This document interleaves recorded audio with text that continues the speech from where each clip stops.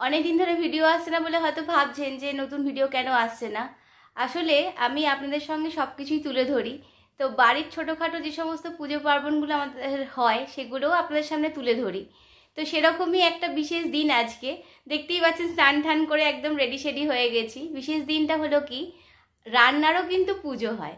আসলে এটা মনসা পুজো, অনেকে বলে অরন্ধন, অনেকের কাছে এটা আবার বুড়ো রান্না বা ইচ্ছা রান্না নামেও কিন্তু পরিচিত। তা আমাদের এই ভাদ্র মাসের সংক্রান্তির দিনে অর্থাৎ বিশ্বকর্মা পুজোর আগের দিনে আমাদের এই রান্নাটা করা হয় এবং এটি কিন্তু মা মনসাকে উৎসর্গ করা হয়।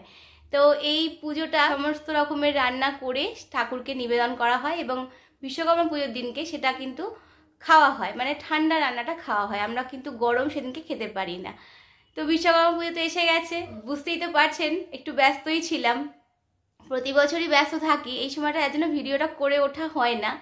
তা এবছর ভাবলাম যতই ব্যস্ত থাকি আপনাদের সঙ্গে যখন সব কিছু শেয়ার করছি, এটা শেয়ার করবো, এটা কি হয় বলুন তো। তা বিশেষত এই যে রান্না পুজোটা না, এটা আমাদের যারা এদেশীয় আছেন তাদের ক্ষেত্রে কিন্তু বেশিরভাগই প্রচলিত আছে। যদিও ওপার বাংলার মানুষের কাছে খুব একটা পরিচিত কিনা আমার জানা নেই। তা আমাদের বাড়িতে এই পুজোটা হয়, আর এই পুজোর কিছু নিয়মও থাকে। 5-7 রকমের মানে বিজোড় পদের ভাজা দিতে হয়। তারপরে পুজোতে মাছটাও কিন্তু মাকে ভোগ নিবেদন করা হয়। জেনারেলি আমরা সরস্বতী পুজো, দুর্গা পুজো এই ধরনের পুজোতে কিন্তু মাছ মাকে ভোগ দিই না, কিন্তু মনসা পুজোতে কিন্তু মাছের ভোগটাও লাগানো হয়। আমার মা প্রথম থেকেই এই পুজোটা করে আসছেন। আমার বাবার বাড়িতে যেহেতু আছে, আমার মা মানে আমার দিদার বাড়িতেও রয়েছে, তো মা ভীষণভাবে কি ফ্যামিলিয়ার এই পুজোটার সাথে। তো আমিও ছোট থেকে দেখে আসছি, তা রান্না করার সুযোগ কখনো হয়নি। বিগত 4 বছর ধরে আমি মাকে একটু হেল্প করি, রান্নাটা আমিই করি, কারণ প্রচণ্ড গরম থাকে এই সময়টা, তো উনি পেরে ওঠেন না। তো সেই কারণে আমি রান্নাটা 4 বছর ধরে করছি। তো ভাবলাম যে এবছর আপনাদের সঙ্গে যতটুকু পারবো সেই মোমেন্টগুলোকে শেয়ার করব, আর আশা করি আপনাদের ভালো লাগবে। এই রান্নাটা নিয়েই আমাদের আজকের এই অকেশনটা। বাজারের কিছু জিনিসপত্র মা আনতে গেছে, নিয়ে আসুক, তারপরে কাটাকাটি শুরু হবে। মেনলি রান্নাটা কিন্তু রাত্রিবেলাতেই হয়। তা দিনের বেলা থেকে সমস্ত জোগাড় যন্ত্রগুলো করতে হয়, আর রাত্রিবেলা পুজোটা হয়। পুজোটা বলতে আমাদের মূর্তি কিন্তু হয় না, আমাদের যিনি বাস্তুদেবতা আছেন ঘরের, সমস্ত রান্না করে আগে ওনাকে নিবেদন করা হয়, তারপর আমরা সেই রান্নাটা খাই। বাজার সব এসে গেছে। আমাদের 2 রকমের চাটনি হয়, তার মধ্যে একটা হচ্ছে চালতা আর একটা কাঁচা তেঁতুল। আর এগুলো সব ভাজার আইটেম, যা দেখছেন সব ভাজার আইটেম। এগুলো সব কাটাকাটি করব, এগুলো হোক, তারপরে আবার রান্নার পর্ব শুরু হবে। আগে ওল ভাজা দিয়ে শুরু করছি, ওল কাটাটা শুরু করি আগে। এক একজনের এক এক রকম নিয়ম থাকে, আমাদের আছে আগে ওল দিয়ে শুরু করছি। আমি বটিতে কাটতে পারি না, ছুরি দিয়েই আমি কাটি। ক্যামেরায় কিন্তু আছেন আমাদের যার বাড়ির পুজো, মহারানী। আর আরেকজন মহারানী আসবেন।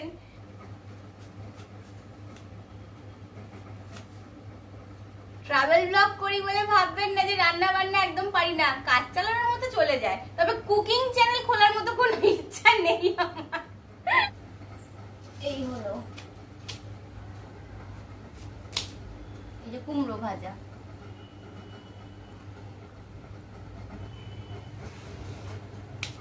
এখানে আছে 1 2 3 4 5 6, এখানে আছে 6 রকম ভাজা, আর এখানে আছে 3 রকম ভাজা। 9 রকম ভাজা কাটা কমপ্লিট। এবার বিকালে রান্নার তোড়জোড় শুরু হবে। বন্ধুরা ফাইনালি পুজো রান্না করতে যাচ্ছি। এখন বাজে 7টা। হ্যাঁ চলুন দেখি কতক্ষণে রান্না শেষ করতে পারি। জয় মা মনসা।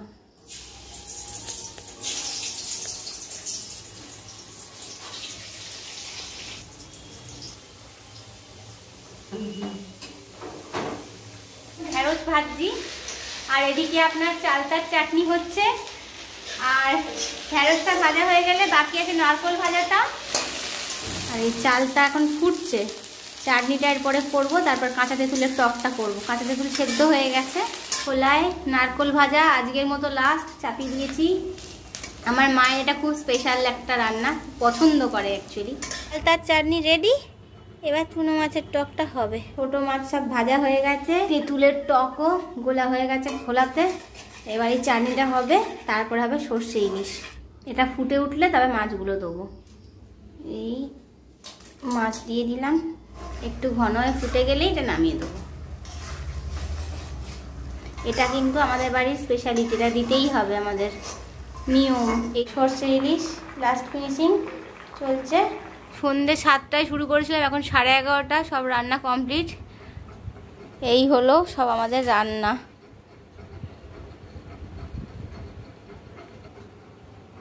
এদিকে মা ঠাকুরের খাবার বাড়া হয়ে গেছে, এবার ঠাকুরকে উৎসর্গ করে তারপরে আমরা খাবো। দেখছেন পুরো বিধ্বস্ত অবস্থা আমার। তো এতক্ষণ ধরে রান্না বান্না কমপ্লিট হলো। আমাদের কিন্তু মাসিও এসছে, আওয়াজটা হয়তো আপনারা পাচ্ছিলেন কিন্তু দেখাতে পাচ্ছিলাম না, কেন ক্যামেরাম্যানটা আমার বড্ড বাজে, সে দেখায় না। দেখাচ্ছি আপনাদেরকে। এই ঠাকুর ঘরে নিবেদন করা হয়ে গেছে ঠাকুরকে। জয় মা মনস, জয় মা। এবার আমাদের খাওয়া দাওয়ার পর্ব চলবে। এই দেখুন মাসি এসে গেছে। মাসি রান্না পুজো পারপাস এসছে অনেকদিন পর। বলো কেমন লাগছে? খুব ভালো। খুব ভালো? আমার খুব ভালো হলো।